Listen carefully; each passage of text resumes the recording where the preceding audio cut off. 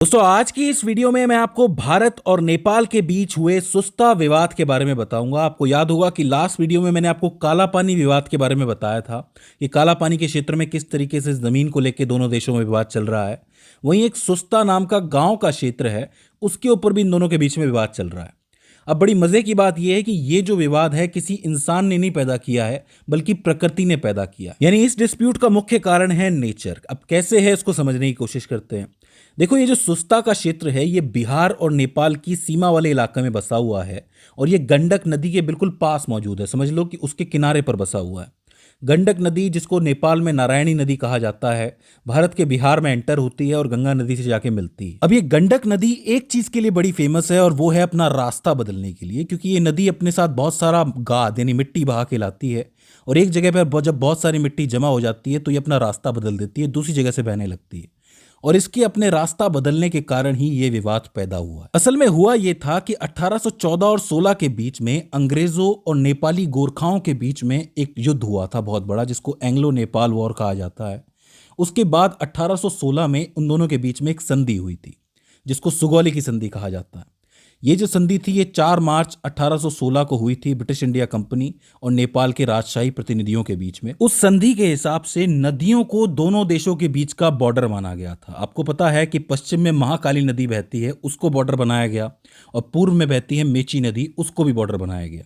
सुस्ता के इलाके में गंडक नदी बहती थी, इसलिए गंडक नदी की धारा को ही अंतर्राष्ट्रीय सीमा का नाम दिया गया और फिक्स कर लिया गया। अब उस समय था ये कि ये जो सुस्ता का इलाका है ये नेपाल में हुआ करता था। ये बात 1816 की है। 1816 और 2026 में फर्क कितना है? 210 सालों का। इतने सालों के अंदर धीरे धीरे ये जो नदी है अपने साथ मिट्टी लाती गई और अपना रास्ता चेंज करती गई। यानी कि पहले ये पश्चिम में बहती थी और सुस्ता गांव जो था वो नेपाल का हिस्सा था। धीरे धीरे करके ये पूर्व की तरफ खिसक गई, क्योंकि बहुत सारी मिट्टी, बहुत सारा गाद ये लेके आई, जिस वजह से इसको रास्ता बदलना पड़ा। और ये जो सुस्ता का इलाका है ये भारत की तरफ आ गया। मतलब इलाका तो वहीं रहा, बस नदी दूसरी तरफ से बहना शुरू हो गई। अब नेपाल ये कह रहा है कि ऐतिहासिक रूप से ये सुस्ता जो है वो नेपाल का हिस्सा है, लेकिन भारत ये कह रहा है कि जब नदियों को सीमा बनाया गया था तो जहां से नदी बहेगी वहीं से तो सीमा बनेगी। इसके लिए भारत जो है वो अंतर्राष्ट्रीय जल सीमा कानून के एक कानून पर जोर देता है, जिसको एक्रेशन कहा जाता है। इसके हिसाब से कि अगर कोई सीमा नदी के हिसाब से तय की गई है और नदी धीरे धीरे करके अपने किनारों को काट के अपना रास्ता बदल लेती है, तो अंतर्राष्ट्रीय सीमा भी नदी के साथ साथ बदल जाती है। यानी कि सीमा जो है वो शिफ्ट हो जाती है। तो इसका मतलब इस नदी ने अपना रास्ता बदला है, जो कि हमने थोड़ी बदला है, प्रकृति ने बदला है। तो इसका मतलब ये जो सीमा है अब वहीं से तय होगी जहां से ये गुजर रही है। तो इसका मतलब सुस्ता जो है वो किसका हिस्सा रहेगा? भारत का रहेगा। वहीं दूसरी तरफ नेपाल एक और कानून की बात करता है, जिसको एवलक्षण कहा जाता है। ये कानून क्या कहता है? एवलक्षण का कानून कहता है कि अगर नदी के मार्ग में अचानक तीव्र या स्पष्ट बदलाव आ जाए, अचानक से नदी अपना रास्ता बदल दे, जो कि आमतौर पर बाढ़ या तूफान की वजह से ही होता है कि अचानक से बाढ़ आ गई तो नदी अपना रास्ता बदल देती है, तो ऐसे में जो सीमा तय हुई है जमीन की, नदी के नीचे वाली, वो वही रहेगी। नदी के रास्ता बदलने से कोई फर्क नहीं पड़ेगा, पुरानी सीमा ही मान्य होगी।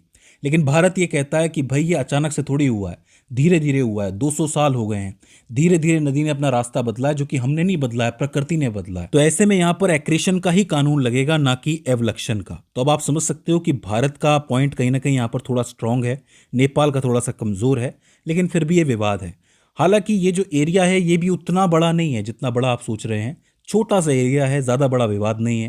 हालांकि इस जगह पर जो सड़क निर्माण हो सकता है, व्यापार हो सकता है, वो इसकी वजह से हो नहीं पा रहा है, ऐसे विवाद की वजह से हो नहीं पा रहा है। तो भारत और नेपाल को आपस में इसको सुलझा लेना चाहिए, जिससे कि दोनों देशों को फायदा मिले। तो दोस्तों ये हो जाता है छोटा सा सुस्ता विवाद। आई होप आपको समझ में आया होगा।